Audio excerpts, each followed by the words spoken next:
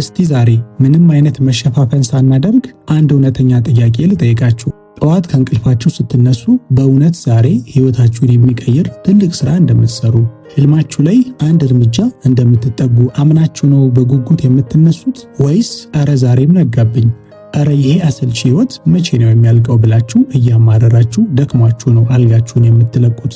አሁን ያለንበት ዓመት 2026 ነው።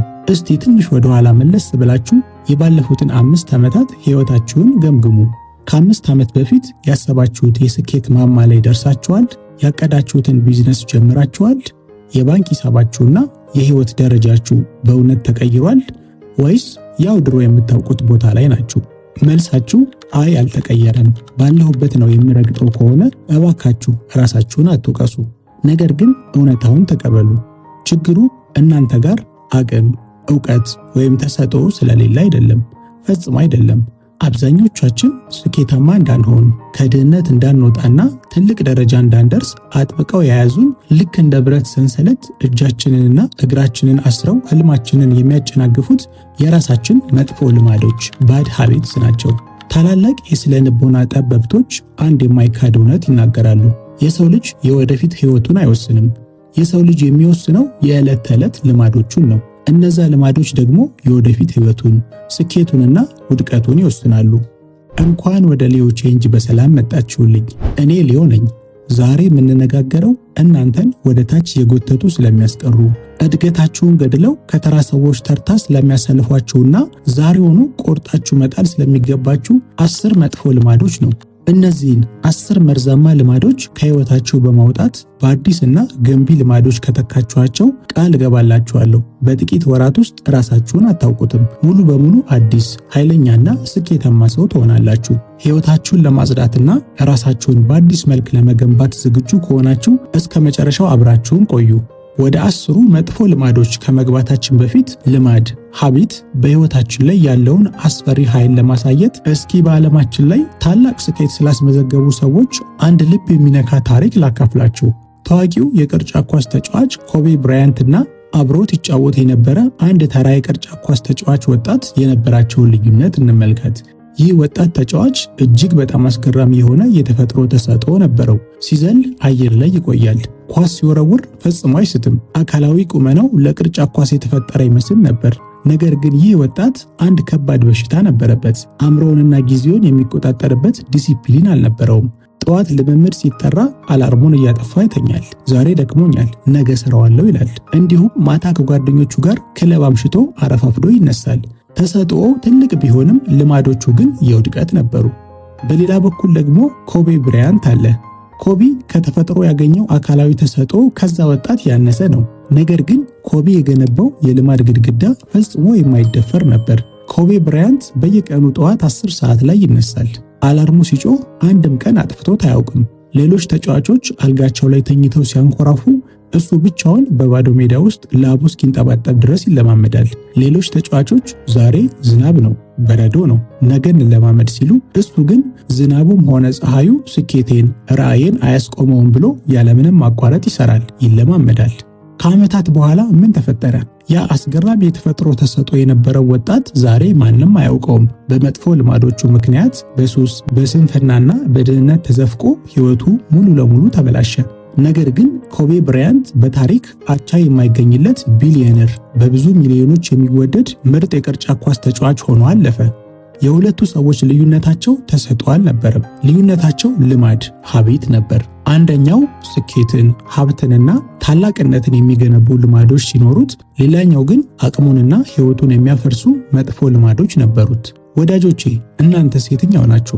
በውስጣችሁ ትልቅ አቅም፣ ዕውቀትና ተሰጥኦ ይዛችሁ ነገር ግን ዛሬ በምንዘረዝራቸው መጥፎ ልማዶች ምክንያት የራሳችሁን ህይወት እናንተው ራሳችሁ ያጠፋችሁት ነው? ወይስ እንደ ስኬታማ ሰዎች ህይወታችሁን በጠንካራ ዲሲፕሊን እየመራችሁ ነው?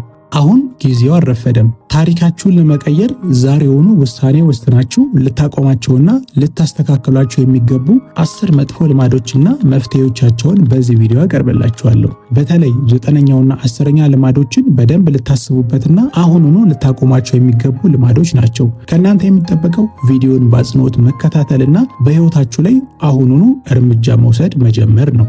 ዛሬውኑ ማቆም ያሉብን 10 መጥፎ ልማዶችና መፍትሄዎቻቸው። አንደኛው ልማድ ጠዋት አላርም ማጥፋትና ከመጠን በላይ መተኛት። አብዛኞቻችን ጠዋት 12 ሰዓት ላይ እንድንነሳ ስልካችን ላይ አላርም እንሞላለን። ነገር ግን አላርሙ ሲጮህ ብርድ ልብሳችንን ገልጠን ከመነሳት ይልቅ ስኑዝ የሚለውን ቁልፍ ተጭነን እስኪ 5 ደቂቃ ልጨምር ገና እንቅልፍ አልጠገብኩም ብለን መልሰን እንተኛለን። ይህ ድርጊት እጅግ በጣም ቀላልና ምንም ጉዳት የሌለው ሊመስል ይችላል። ነገር ግን አእምሯችሁ ላይ ትልቅ የስነ ልቦና ቀውስ ይፈጥራል። አስቡት፣ ቀኑን የጀመራችሁት ማታ ለራሳችሁ የገባችሁትን ቃል በማፍረስና በመሸነፍ ነው ማለት ነው። አላርሙን ማጥፋት ማለት የዕለቱን የመጀመሪያ ውጊያ ለስንፍና አሳልፎ መስጠት ማለት ነው። ጠዋት ካልጋው መነሳት አቅቶት የተሸነፈ ሰው የህይወት ከባድ ፈተናና የቢዝነስን ውጣ ውረድ እንዴት ሊያሸንፍ ይችላል? ታዲያ ይህንን የጠዋት ሽንፈት አሸንፈን ቀናችንን በታላቅ ድልና መነቃቃት ለመጀመር ዛሬ ማታ ከመተኛታችን በፊት አንድ ቀላል ነገር ማድረግ አለብን። ይህንን ልማድ ለማቆም ዛሬ ማታ ስትተኙ ስልካችሁን አሊያም አላርማችሁን ካልጋችሁ አጠገብ እጃችሁ በሚደርስበት ቦታ ታስቀምጡት። ተነስታችሁ ተራምዳችሁ እንድታጠፉት ከሚያስገድድ ርቀት ላይ፣ ለምሳሌ ከክፍሉ ማዶ ወይም ደግሞ ራቅ ያለ ጠረጴዛ ላይ አድርጉት። ልክ ጠዋት አላርሙ ሲጮህ አእምሯችሁ ሰበብ መደርደር ሳይጀምር ምንም ሳታስቡ ብርድ ልብሳችሁን ገልጣችሁ ተነሱ። ጠዋታችሁን ስታሸንፉ አእምሯችሁ አሸናፊነትን ይላበሳል። ጠዋታችሁን ስታሸንፉ ቀናችሁን ሙሉ በሙሉ ታሸንፋላችሁ። ሁለተኛውና የድህነት ዋናው በር ሆኖ የሚያገለግለው መርዛማ ልማድ ነገ እሰራዋለሁ እያሉ ስራን ማንዛዛት ፕሮክራስቲኔሽን ነው። በውስጣችን ትልቅ ህልም ይዘን ዛሬ ማንበብ ያለባችሁን መጽሐፍ፣ ዛሬ መጀመር ያለባችሁን ቢዝነስ፣ ዛሬ መደወል ያለባችሁን ወሳኝ ስልክ አሊያም ዛሬ መስራት ያለባችሁን የቢሮ ስራ ነገ ይደርሳል፣ ሰኞ ጀምራለሁ፣ አዲስ ዓመት ሲመጣ አደርገዋለሁ ብላችሁ ታስተላልፋላችሁ። ነገር ግን እውነታውን ልንገራችሁ፣ ነገ የሚባል ቀን በህይወት ውስጥ የለም። ነገ የሰነፎች መደበቂያ፣ ህልም አጨናጋፊ ካላንደር ነው። ስራን በማንዛዛትና በማስተላለፍ የምታባክኑት ጊዜ ዳግመኛ የማይመለስ የህይወታችሁና የወጣትነታችሁ ክፍል ነው።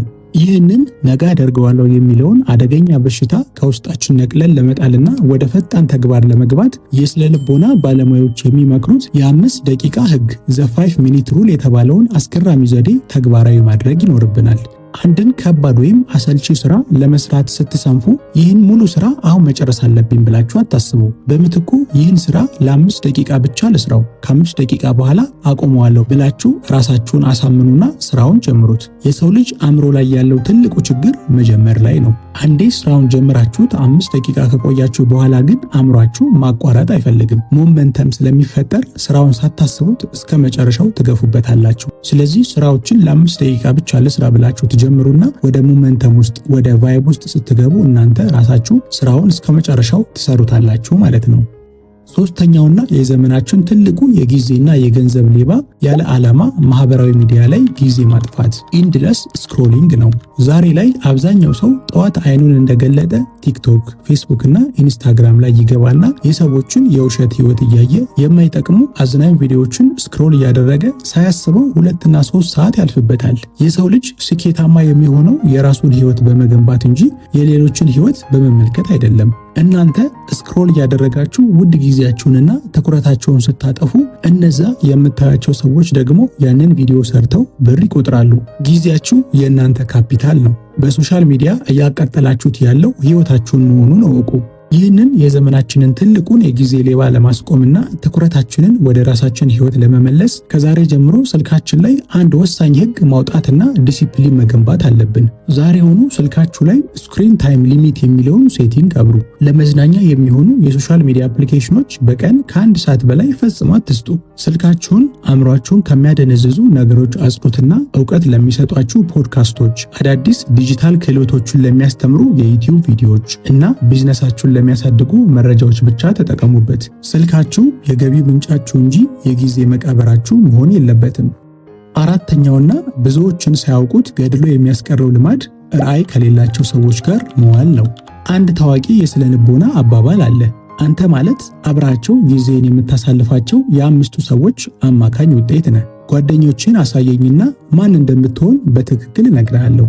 ሁል ጊዜ ስለ ኳስ፣ ስለ ፖለቲካና ስለ አዲስ ጫማ፣ ስለ ሰዎች ስህተትና ስለ ቅሬታ ብቻ ከሚያወሩ ሰዎች ጋር ከዋላችሁ የእናንተም አእምሮ ወደዛው ነው የሚሄደው። ራዕይ የሌለው ትልቅ ህልም የሌለው ጓደኛ የእናንተንም ህልም ያጨልማል፣ አቅማችሁን ያቀጭጫል። 5 ድሆች ጋር ከዋላችሁ 6ኛ ድሃ እናንተ መሆናችሁ አይቀርም። ይህንን ወደኋላ የሚጎትተንን ማህበራዊ እስር ቤት ሰብረን ለመውጣትና ወደ ስኬት ከፍታ ለመጓዝ ዛሬውኑ በዙሪያችን ያሉትን ሰዎች በጥልቀት መገምገምና ከባድ ውሳኔ መወሰን ግድ ይለናል።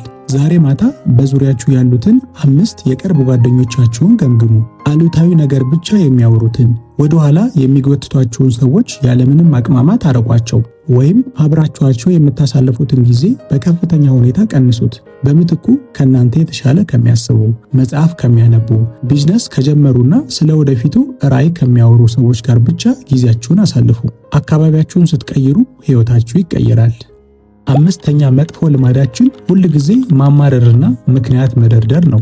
የህይወትን ኃላፊነት ከመውሰድ ይልቅ ሌላውን አካል መውቀስ የደካማ ሰዎች መገለጫ ነው። መንግስት አልሰራ አለ፣ ቤተሰቤ ድሃ ነው፣ አገሪቱ ተበላሽታለች፣ አለቃዬ መጥፎ ነው፣ ካፒታል የለኝም እያሉ ማማረርና ሰበብ መደርደር ለማንም ሰው እጅግ በጣም ቀላል ነው። ነገር ግን እውነቱን እንነጋገር፣ ማማረር አንድም ቀን የባንክ ሂሳብን አሳድጎ አያውቅም። ማማረር የትኛውንም ችግር ፈቶ አያውቅም። ስኬታማ ሰዎች በተሰጣቸው መጥፎ ሁኔታ ውስጥ እንኳን ምክንያትን አይፈልጉም፣ መፍትሄን ነው የሚፈልጉት።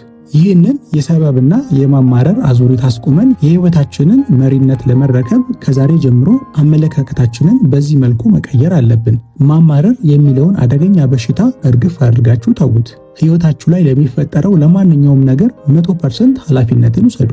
የትኛውም ችግር ሲገጥማችሁ ይህ ለምን በእኔ ላይ ሆነ፣ ለምን እኔ ተጎዳው ከማለት ይልቅ አሁን ካለውበት መጥፎ ሁኔታ ለመውጣትና ነገን ለማስተካከል እኔ ራሴ ምን ማድረግ እችላለሁ ብላችሁ ራሳችሁን ጠይቁ። የህይወታችሁን መሪነት በእጃችሁ ስታስገቡ ኃይላችን ይመለሳል። የምንፈልገውንም ነገር አሁን ላይ ማድረግ እንችላለን። 6ኛው ህልም ገዳይ ሁሉ ነገር የተስተካከለ እስኪሆን መጠበቅ፣ ዌይቲንግ ፎር ዘ ፐርፌክት ታይም ነው። ብዙዎቻችን አንድ ትልቅ ሐሳብ ይኖረንና በቂ ብር ሳገኝ ቢዝነሱን ጀምራለሁ፣ አዲስ ላፕቶፕ ስገዛ የዩቲዩብ ቻናሌን ከፍታለሁ፣ ጊዜ ሲኖረኝ ጂም ጀምራለሁ፣ ሙሉ በሙሉ ስማርበት ወደ ተግባር እገባለሁ እንላለን። ይህ ፓራሊሲስ ባይ አናሊሲስ ይሉታል። ነገር ግን እውነቱን ልንገራችሁ፣ በህይወት ውስጥ ሁሉ ነገር የተስተካከለበት ፍጹም የሆነ ፐርፌክት የሚባል ጊዜ ፈጽሞ የለም። ሁል ጊዜ የሆነ የሚጎድል ነገር አይጠፋም። ትክክለኛው ጊዜ ነገ አይደለም። ትክክለኛው ጊዜ አሁን ነው። ይህንን የፍጹምነት ህልምና የጊዜ መጠበቅ ማታለያ ለማሸነፍ ዛሬ ባለንበት ቦታ ሆነን መውሰድ ያለብን አንድ ትልቅ እርምጃ አለ።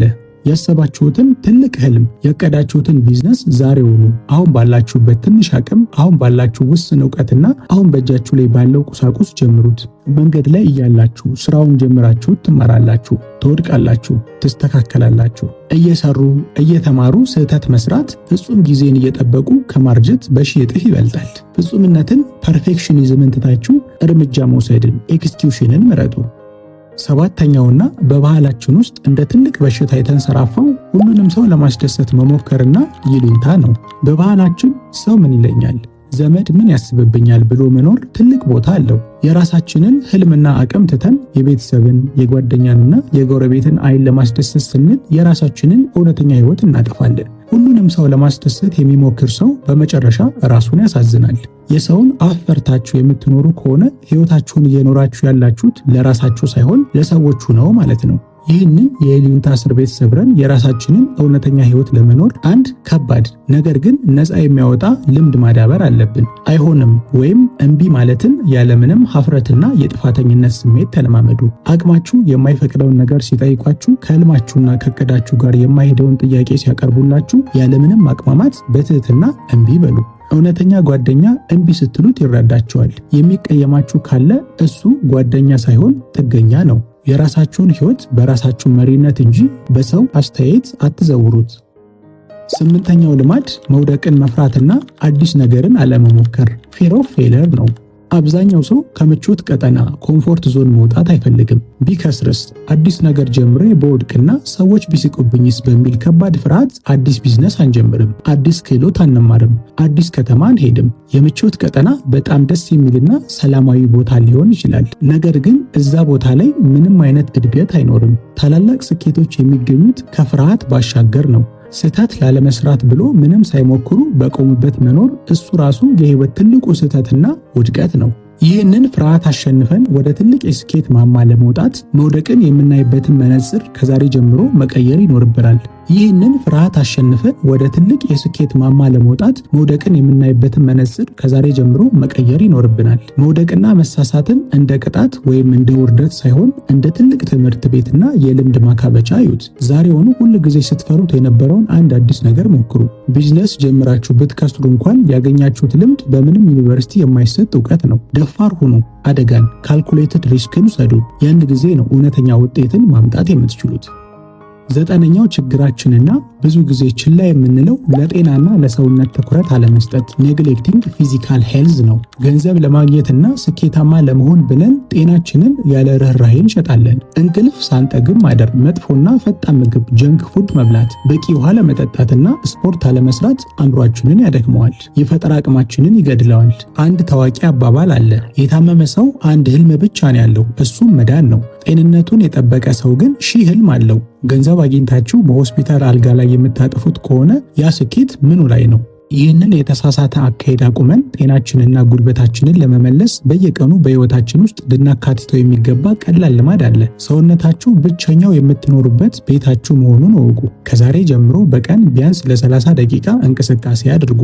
ስፖርት እርምጃ ስሩ፣ ጂም ሂዱ፣ እንቅስቃሴዎችን ለጤናችሁ አድርጉ። ጤናማ ምግብ ብሉ፣ በቂ ውሃ ጠጡ፣ እንቅልፋችሁን አስተካክሉ። የሰውነታችሁ ጉልበት ሲጨምር አእምሯችሁ የጠራ ውሳኔ መወሰን ይጀምራል። ስራችሁም በእጥፍ ውጤታማ ይሆናል። 10ኛውና የመጨረሻው ህልም ገዳይ ልማድ ትንሽ ፈተና ሲመጣ ቶሎ ተስፋ መቁረጥ ነው።